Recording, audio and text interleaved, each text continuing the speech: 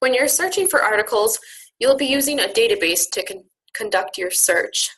These can seem confusing at first, but some practice will help you become a lot more comfortable with them. There's only one resource, it's called Micromedics, that can't be accessed off campus, but otherwise all of our main databases can be accessed remotely with an onion and password.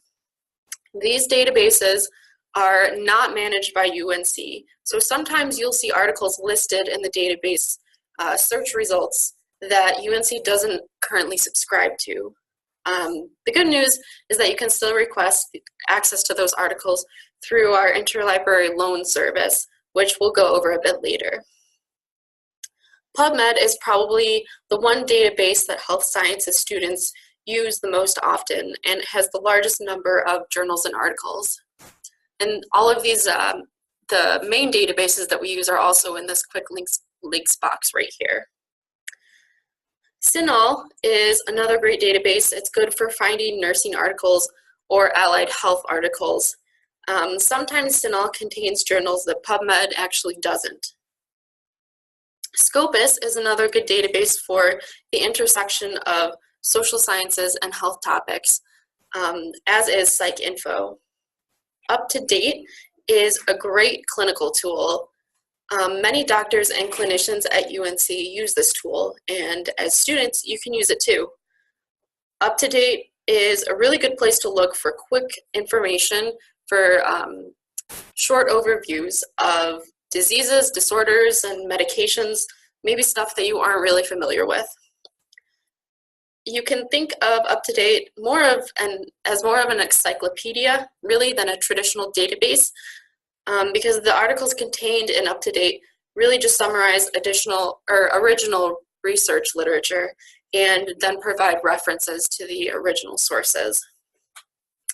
And lastly, you might also be using Google Scholar. Google Scholar is an offshoot of Google. It's kind of modeled after academic databases like Pubmed, so it doesn't include all of the usual questionable links you might find on a Google search.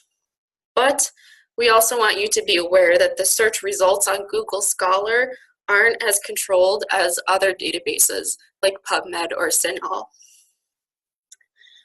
For example, you might find results on a Google Scholar search that aren't thoroughly vetted or aren't peer-reviewed at all. So that's kind of a downfall of Google Scholar, but one benefit is also that this means the search results contain something called gray literature that isn't included in a lot of other databases. Gray literature is stuff like newsletters, company reports, and government documents, stuff like that. Google Scholar can also be a really good place to go if you're having trouble accessing something on another database for whatever reason. Again, just as with the other databases, you'll want to navigate to Google Scholar through the Health Sciences Library. So here's the search button. My screen won't ask me to sign in right now because I'm on campus, but if you're off campus, you'll be asked to enter your onion and password.